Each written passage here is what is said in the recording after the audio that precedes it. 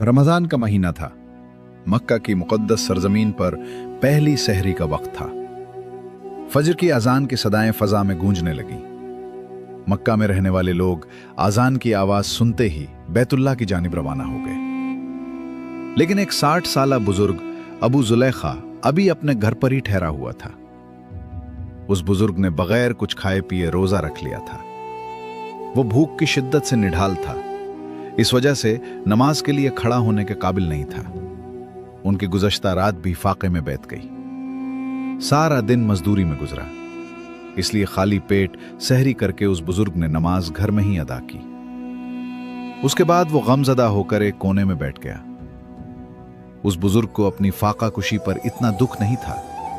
जो चीज उसे सबसे ज्यादा गमज़दा कर रही थी वो उसकी 2 बेटियां और बीवी थी।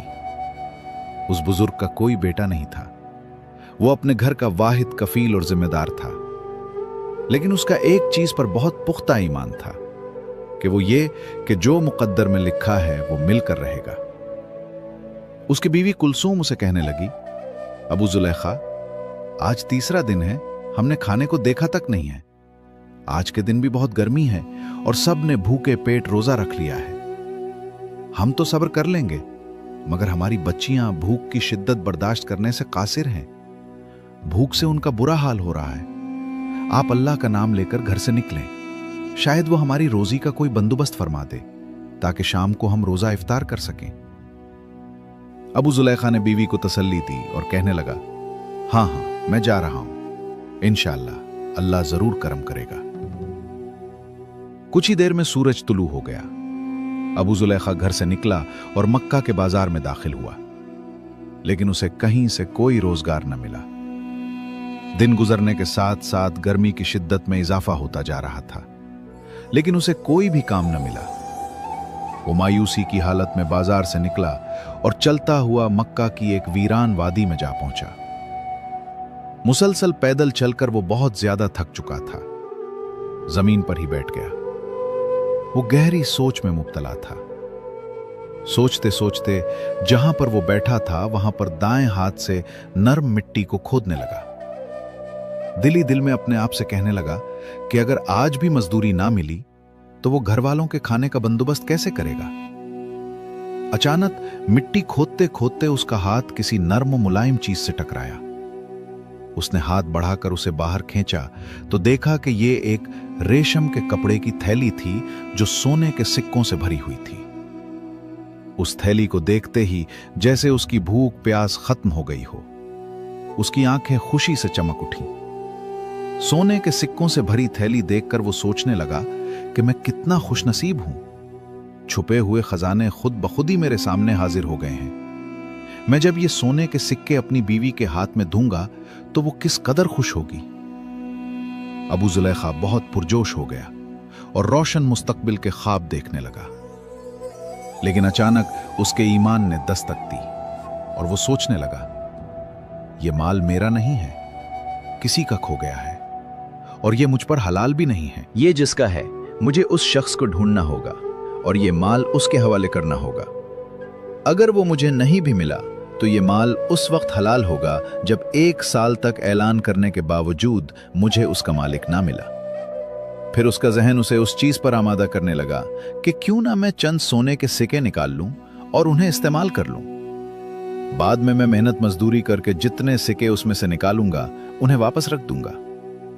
फिर फौरन उसे ख्याल आया, ऐ अल्लाह के बंदे, सब्र कर, यह अमानत में खयानत है। उम्र के आखिरी हिस्से में पहुंचे हुए हो और अभी भी हीर फेर करने की कोशिश कर रहे हो। उसने अपने ख्याल को दिल से झटक दिया और इस बात का इरादा किया कि जब तक उस थैली का असली मालिक नहीं मिल जाता वो उसे अपने पास संभाल कर रखेगा। अब वो थैली लेकर घर की तरफ चल पड़ा। घर के दरवाजे से अंदर दाखिल होकर वो दबे कदमों कमरे की तरफ जाने लगा। अचानक उसकी बीवी ने उसे देख लिया। वो उससे पूछने लगी, अबू जुलैखा, आप खाने के लिए क्या लेकर आए हैं? अपनी बीवी की आवाज सुनकर वो एकदम से चूक गया और खुद को संभालते हुए बीवी से कहने लगा, मैं आज भी कुछ नहीं लाया। ये कहते हुए वो थैली अपने पीछे छुपा रहा था। आज तक अबू जुलैखा ने अपनी बीवी से कुछ नहीं छुपाया था। बीवी ने जब देखा कि उसका शौहर उससे कुछ छुपाने की कोशिश कर रहा है तो उसने सख्त लहजे में कहा, आपके पास कुछ ना कुछ तो जरूर है, लेकिन आप छुपा रहे हैं। मुझे जल्दी से बताएं कि आपके पास क्या है। यह बात अबू जुलेखा पर आश्कार हो चुकी थी कि उसकी बीवी ने उसे कुछ छुपाते हुए देख लिया है। उसने अपने दोनों हाथ बीवी के सामने किए। उसके हाथों में सोने से भरी हुई वो थैली थी और फिर उसने उसे सारी बात बता दी कि उसे यह थैली कहां से मिली है। कुलसूम दीनदार औरत जरूर थी, लेकिन वो अबू जुलेखा जैसा सब्र नहीं रखती थी। उसने फौरन अपने शौहर से कहा, इसमें से कुछ सिक्के ले जाओ और कुछ खाने के लिए खरीद लाओ। अबू जुलेखा ने गुस्से में जवाब दिया, नहीं, हरगिज नहीं। अगर तुमने उस थैली को हाथ लगाया या किसी को भी उसके बारे में बताया तो मैं तुम्हें तलाक दे दूंगा। कुलसूम एकदम से डर गई और खून के घूंट पीकर खामोश हो गई। ये रात भी उन्होंने फाके में बसर की। अगले दिन अबू जुलेखा घर से निकला और सोचने लगा, आज मैं मजदूरी ढूंढने के साथ साथ उस थैली के असल मालिक को भी ढूंढूंगा, ताकि मैं उसके हवाले थैली करके उससे कुछ इनाम भी हासिल करूं जो मुझ पर हलाल होगा। वो इसी सोच में चलता चलता हरम की तरफ रवाना हुआ। जहां पहुंचकर उसने सामने देखा कि वहां पर एक बहुत बड़ा मजमा लगा है। एक यमनी आदमी बुलंद आवाज में ऐलान कर रहा था, ए अल्लाह के नेक बंदो, मेरी एक थैली गुम हो गई है जिसमें 1000 सोने के सिक्के थे। जो कोई इसे रमजान के महीने में वापस करेगा, अल्लाह उसे 7 गुना बढ़कर अजर देगा। जब उस यमनी नौजवान ने अपना ऐलान मुकम्मल किया तो अबू जुलेखा ने अपना हाथ बुलंद किया और कहने लगा, मक्का में बहुत गरीब लोग रहते हैं, हो सकता है तुम्हारी थैली किसी खुदा तरस इंसान के हाथ लग गई हो। अगर तुम चाहते हो कि तुम्हारी थैली तुम्हें वापस मिल जाए तो तुम उसके लिए एक इनाम का ऐलान करो। हो सकता है वो शख्स इनाम का सुनकर खुशी से वो थैली तुम्हें वापस कर दे। उस यमनी नौजवान ने फौरन पूछा, बाबा जी आप ही बताएं, मैं इस थैली के एवज कितने सिक्के रखूं? जिस पर उस बूढ़े शख्स ने जवाब दिया, 100 सोने के सिक्के, यानी इस थैली का 10वां हिस्सा। जिस पर वो यमनी नौजवान बोला, नहीं बाबा जी, ऐसा नहीं हो सकता, यह बहुत ज्यादा है, मैं अपना मामला अल्लाह के सुपुर्द करता हूं। जिस पर वो बूढ़ा शख्स कहने लगा, बेटा बड़ी हैरत की बात है कि तुम अपने पूरे 1000 सोने के सिक्के गुवाना चाहते हो, लेकिन 100 सोने के सिक्के इनाम में देकर अपने उन बाकी के 900 सिक्के बचाना नहीं चाहते। जिस पर वो यमनी नौजवान कहने लगा, बाबा जी मैं इतनी बड़ी रकम इनाम में नहीं दे सकता, इसलिए मैं अपना मामला अल्लाह पर छोड़ता हूं। इस मजमे में एक शख्स जिसका नाम जैद बिन खालिद था, वो इस सारी गुफ्तगू को बड़े गौर से सुन रहा था। उसने अंदाजा लगा लिया कि सोने से भरी वो थैली शायद इसी बुजुर्ग के पास है। कुछ ही देर में मजमे का इख्तिताम हो गया तो सब लोग अपने घरों को लूटने लगे। इसके बाद जैद बिन खालिद अबू जुलेखा से मुखातिब होकर कहने लगा, बाबा जी मेरे पास आपके लिए एक काम है, क्या आप मेरे साथ चल सकते हैं? बूढ़े ने फौरन हां में सर हिलाया और उसके साथ चल दिया। जैद बिन खालिद की दुकान के बाहर कुछ सामान पड़ा था। उसने अबू जुलेखा की मदद से सारा सामान दुकान के अंदर रखा।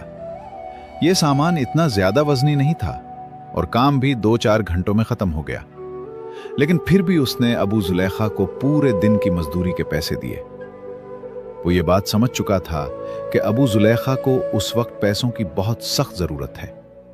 उसने फौरन मजदूरी उसके हवाले की। अबू जुलेखा ने जैद बिन खालिद का शुक्रिया अदा किया और घर की तरफ चल पड़ा। जैद बिन खालिद चुपके से उस बुजुर्ग के पीछे पीछे चलने लगा। उसने अबू जुलेखा का घर तक पीछा किया और जब वो अपने घर में दाखिल हो गया तो जैद बिन खालिद दरवाजे के साथ कान लगाकर सुनने लगा। अबू जुलेखा अपनी बीवी कुलसूम से कहने लगा, मैंने एक मजमे में एक यमनी शख्स को उस थैली की तलाश में ऐलान करते हुए सुना है। मैंने उसे यह भी कहा है कि तुम उस थैली के एवज 100 सोने के सिक्के इनाम रख दो, लेकिन उसने मेरी बात नहीं मानी। मेरा तो यही इरादा था कि मैं किसी तरीके से उसे यह थैली वापस कर दूं और मुझे भी उसमें से कुछ फायदा हो जाए, लेकिन वो शख्स बहुत उड़ैल है। अब तुम ही बताओ, हमें अब क्या करना चाहिए? जिस पर उसकी बीवी कुलसूम कहने लगी, अबू जुलेखा मैंने आपके साथ 40 साल फाकों और भूख में गुजारे हैं। आपने सारी जिंदगी कभी चोरी नहीं की, कभी किसी को धोखा नहीं दिया और ना ही कभी किसी से कुछ छीना है। मेरी बात माने तो आप उस सोने का इस्तेमाल करें। मुझे लगता है कि अल्लाह ताला ने यह आपको तोहफा भेजा है, तो फिर उसके दिए गए तोहफे को क्यों ठुकरा रहे हैं? अगर आप ये सोचते हैं कि अल्लाह आपसे इन सोने के सिक्कों के बारे में सवाल करेगा, तो आप ये क्यों भूल जाते हैं कि वो आपसे भूखी बीवी और लाचार बेटियों के बारे में भी सवाल करेगा? जिसके बाद अबू जुलैखा दिल में सोचने लगा कि मैं इसमें से सोने के कुछ सिक्के खर्च कर लूं। लेकिन वो फौरन ही अपने फैसले से वापस पलटा और ख्याल करने लगा, मैंने सारी जिंदगी सब्र से गुजारी है और आज मेरी टांगें कब्र में हैं, तो मैं अपनी 60 साला जिंदगी के सब्र को एक ही दिन की लज्जत पर क्यों कुर्बान कर दूं? खुदा हमारे हाल पर रहम फरमाए। और उसने बुलंद आवाज में कहा, मैं ऐसा हरगिज नहीं करूंगा। मैं अपने कब्र को आग से नहीं भर सकता। जैद बिन खालिद, जो दरवाजे के साथ कान लगाकर ये सारी बातें सुन रहा था, उसकी आंखों से आंसू बहने लगे। उसे अबू जुलैखा की बेबसी पर अफसोस होने लगा। उसने उसी वक्त अबू जुलैखा का दरवाजा खटखटाया। अबू जुलैखा फौरन बाहर आया। जैद बिन खालिद अबू जुलैखा को गले से लगाकर रोने लगा। ऐ अल्लाह के बंदे, मैं कुर्बान जाऊं तेरे सब्र पर। अल्लाह तुझे बहुत अजर देगा। तुम मुझे बताओ, मैं तुम्हारी क्या खिदमत कर सकता हूं? अबू जुलैखा ने जवाब दिया, ऐ खुदा के बंदे, तुम पहले ही मेरी बहुत मदद कर चुके हो। तुमने जरा से काम के बदले मुझे पूरे दिन की मजदूरी दी। फिर जैद बिन खालिद के जहन में ख्याल आया और वो उससे कहने लगा, मैं जानता हूं कि सोने की थैली तुम्हारे पास है। तुम ऐसा करो, इनाम की रकम को थोड़ा सा कम कर दो, शायद वो शख्स मान जाए। अबू जुलैखा ने जो कुछ थोड़े से पैसे कमाए थे, अपने घर वालों के पास बैठकर उन पैसों से इफ्तारी की। अगले दिन फिर काम की तलाश में घर से हरम की तरफ निकला। वो यमनी शख्स वहां पे मौजूद फिर से ऐलान कर रहा था, जो कोई मेरी सोने से भरी हुई थैली वापस करेगा, अल्लाह उसे 7 गुना अजर देगा। अबू जुलैखा फिर से हाथ बुलंद करके अर्ज करने लगा, ऐ नौजवान, मैंने तुमसे पहले भी कहा था कि मक्के में बहुत गरीब लोग रहते हैं। शायद वो थैली किसी खौफ खुदा रखने वाले को मिल जाए और वो तुम्हें इनाम के लालच में वापस कर दे। चलो, तुम 100 सोने के सिक्के ना सही, 10 का ही ऐलान कर दो। उसने कहा, हरगिज नहीं, मेरा फैसला क़यामत के दिन अल्लाह के सामने पेश होगा। इसके बाद सारे लोग वहां से चले गए। तीसरे दिन फिर से वो यमनी नौजवान यही ऐलान कर रहा था। अबू जुलैखा फिर वहां पर पहुंचकर उससे कहने लगा, ऐ नौजवान, मैंने तुमसे 100 सिक्कों का ऐलान करने को कहा था, लेकिन तुमने इनकार कर दिया। फिर मैंने उसके 10वें हिस्से का यानी 10 सिक्कों का कहा, तुमने फिर भी इनकार कर दिया। चलो, आज तुम ऐसा करो कि सिर्फ 1 सिक्के का ही ऐलान कर दो। यह तो तुम्हारी थैली का 1000वां हिस्सा बनता है। क्या पता वो शख्स इस 1 सिक्के के बदले अपने घर खाना ले जाए और जो पैसे बचें, इससे एक मशकीजा खरीदकर हाजियों को उजरत पर पानी पिला सके। जिस पर उस यमनी शख्स ने कहा, हरगिज नहीं, मैं 1 सिक्का भी नहीं दूंगा और हमेशा की तरह आज भी अपना फैसला अल्लाह पे छोड़ता हूं। अबू जुलैखा की उम्मीद का आखिरी सहारा भी खत्म हो गया और वो सोचने लगा कि अब तो उसे पूरे के पूरे 1000 सिक्के वापस करना पड़ेंगे और वो इन सिक्कों में से एक भी नहीं ले सकता। उसने उस यमनी नौजवान से कहा, आओ मेरे साथ चलो और अपनी थैली ले जाओ। इस बुजुर्ग ने जैद बिन खालिद को गवाह के तौर पर साथ चलने को कहा। घर में पहुंचकर उसने उन दोनों को दरख्त के नीचे बिठाया और उसने कमरे के अंदर जाकर महफूज जगह से वो थैली निकाली और उस नौजवान के सामने रखकर कहा, क्या ये तुम्हारी थैली है? नौजवान ने कहा, हां। फिर अबू जुलैखा ने थैली का सर खोला और उस थैली को जमीन पर उंडेल दिया। अब वो तीनों इन सोने के सिक्कों को गिनने लगे तो वो पूरे 1000 निकले। यमनी नौजवान ने सिक्कों की थैली कंधे पर रखी और चल दिया। अबू जुलैखा और उसकी बेटियों की आंखें हैरत से खुली की खुली रह गईं। चंद लम्हों के बाद अबू जुलैखा ने नजरें उठाकर देखा तो वो यमनी नौजवान वापस आ रहा था। अबू जुलैखा गमगीन हालत में बैठा हुआ था। उसे देखकर धीमी सी आवाज में कहने लगा, बेटा कैसे आना हुआ?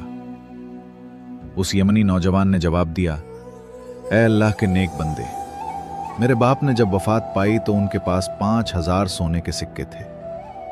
उन्होंने मरने से पहले मुझे वसीयत की थी कि मेरा साजो सामान बेचकर हज का खर्च बना लेना और उस माल में से 1,000 सोने के सिक्के उस शख्स को देना जो अल्लाह पे तवक्कुल करता हो और बहुत गरीब हो। चुनाचे मैंने अपने वतन यमन से लेकर शहर मक्का तक किसी को भी आपसे ज्यादा गरीब और तवक्कुल करने वाला नहीं पाया। ये सिक्के आप रख लें, आप उसे हलाल कामों में खर्च करें।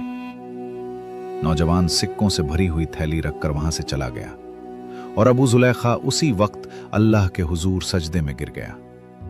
उसकी दाढ़ी आंसुओं से तर थी। उसने अपनी बीवी से कहा, कुलसूम, देख लिया तुमने, अल्लाह सब्र करने वालों का अज्र जाया नहीं करता। हमने अपने आप को हराम के एक सिक्के से बचा लिया तो अल्लाह ने हमें हलाल के जरिए 1000 सिक्के अता किए। उसके बाद अबू जुलैखा ने अपनी बीवी और बेटियों के साथ बैठकर इफ्तारी की। नमाज अदा करने के बाद अबू जुलैखा घर से बाहर निकलने लगा तो बीवी ने कहा, आप कहां जा रहे हैं? अबू जुलैखा ने जवाब दिया, मैं किसी ऐसे घर की तलाश में जा रहा हूं जिस घर में हमारे जैसे लोग बसते हों और उनकी सहरी और इफ्तारी हमारी तरह फाकों में गुजरती हो, ताकि मैं उन्हें अपने साथ खाने में शरीक कर लूं। यह कहकर अबू जुलैखा दरवाजे से बाहर निकल गए। दोस्तों, ये कहानी हमें सब्र, ईमानदारी और अल्लाह पर कामिल भरोसे की शानदार मिसाल सिखाती है। इंसान की जिंदगी में कंट्रोल्ड और आजमाइशें आती हैं, लेकिन जो लोग सब्र का दामन थामे रखते हैं और अपनी ईमानदारी पर कायम रहते हैं, अल्लाह ताला उन्हें ऐसी जगह से रिस्क अता करता है जहां से उन्हें गुमान भी नहीं होता। यह किस्सा हमें बताता है कि हलाल और हराम की आजमाइश हर वक्त हमारे सामने होती है, लेकिन जो लोग सब्र और दयानत को नहीं छोड़ते वही हकीकी कामयाबी हासिल करते हैं। बाज़ औक़ात थोड़ी सी मुश्किलात इंसान को गलत रास्ते की तरफ ले जा सकती है, लेकिन जो लोग अपने ज़मीर की आवाज़ सुनते हैं वही आखिर में सुरखरू होते हैं। इस कहानी से हमें दूसरों की मदद करने और अपनी खुशियों को दूसरों के साथ बांटने का सबक भी मिलता है। जब अल्लाह ताला किसी को नवाजता है तो उसका बेहतरीन इस्तेमाल यही है कि इस नेमत को उन लोगों तक पहुंचाया जाए जो मोहताज हैं। इस तरह न सिर्फ अल्लाह की रजा हासिल होती है, बल्कि हकीकी खुशी और सुकून भी मयस्सर आता है। दोस्तों, अगर आपको हमारी आज की वीडियो पसंद आई हो तो इसे लाइक करें